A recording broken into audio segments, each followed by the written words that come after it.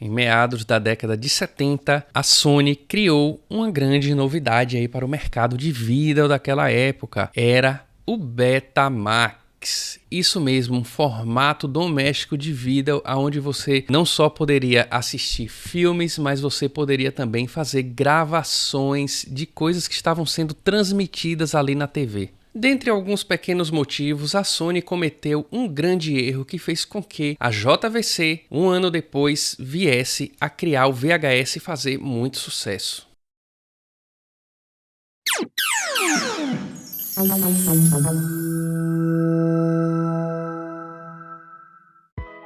Dizia-se que o Betamax possuía uma melhor qualidade de vídeo e de áudio. E pensa bem, a Sony foi quem criou esse formato doméstico. Por que será então que um ano depois veio a JVC com VHS e se tornou o padrão desse formato?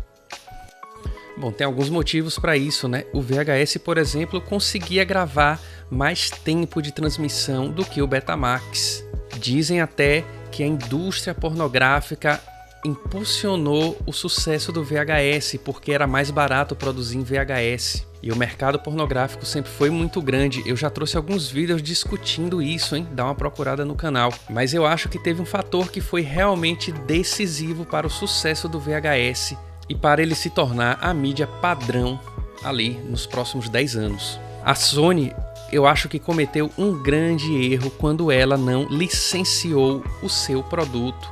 Ou seja, nenhuma outra marca podia produzir o Betamax, somente a Sony. Já a JVC, com seu VHS, possibilitou o licenciamento desse produto. Logo, outras marcas poderiam produzir VHS e os videocassetes, fazendo assim com que essa mídia e esse aparelho tivesse uma larga produção muito maior que o Betamax, se inserindo em diversos mercados aí, mundo afora.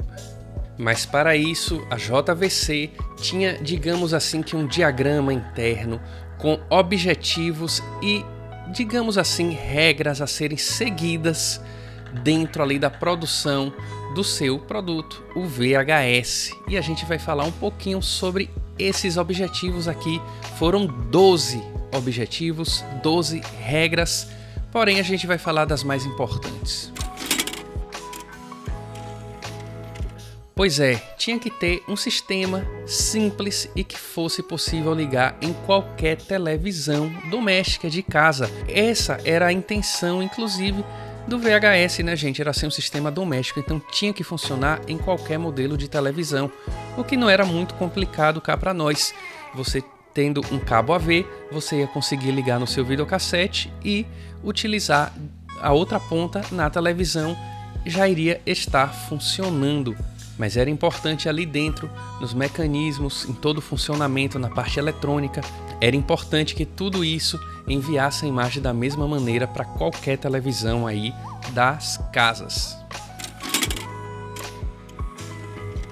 Vamos lembrar que quando esse tipo de mídia foi criado, a intenção principal, a maior propaganda que existia, era justamente de você poder gravar coisas dos canais, transmissões da televisão. Então, a qualidade dessa gravação tinha que ser semelhante à transmissão do momento ali. Então, o que estava realmente aparecendo na sua tela, na transmissão daquele canal, deveria ser o que iria aparecer depois na gravação que você fez na fita.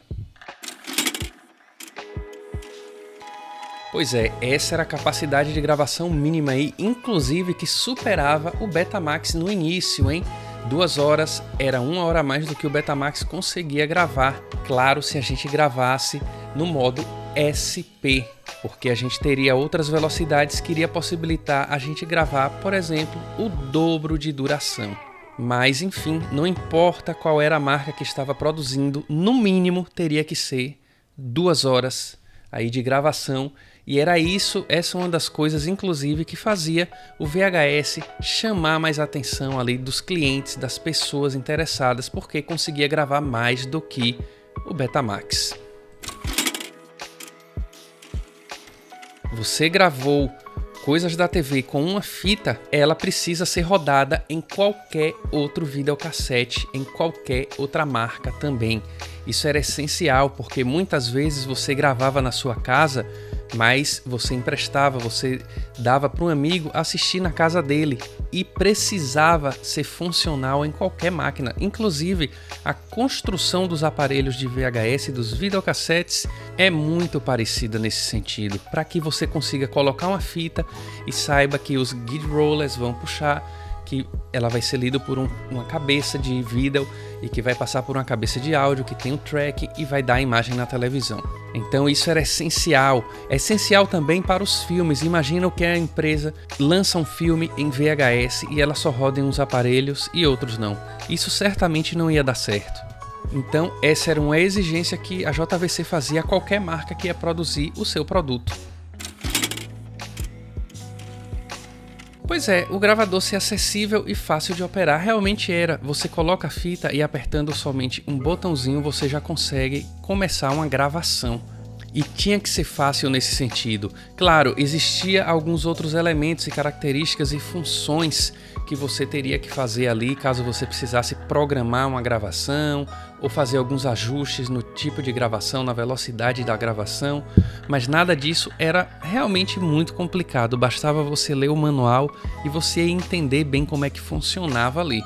Agora, quanto a ter baixos custos de manutenção, isso aí eu já não sei, porque assim, ia depender do problema e não era tão baixo o custo de manutenção na época não. Se você tivesse um problemão ali no seu videocassete, repor uma peça, você ia pagar uma granazinha, hein? Bom galera, falei aqui de algumas dessas exigências da JVC para as marcas. Mais uma vez, isso foi essencial para o sucesso do VHS e para que se mantivesse um padrão do que a JVC queria com o seu produto ali, independente da marca que fosse produzir. Bom pessoal, esse foi o vídeo de hoje. Eu espero que você tenha gostado, que você tenha curtido aí. Deixa aí nos comentários o que é que você acha. Você já conhecia essas regras, esses objetivos da JVC aí? Pois é, a gente se vê na próxima e não esqueça nunca, o VHS vive!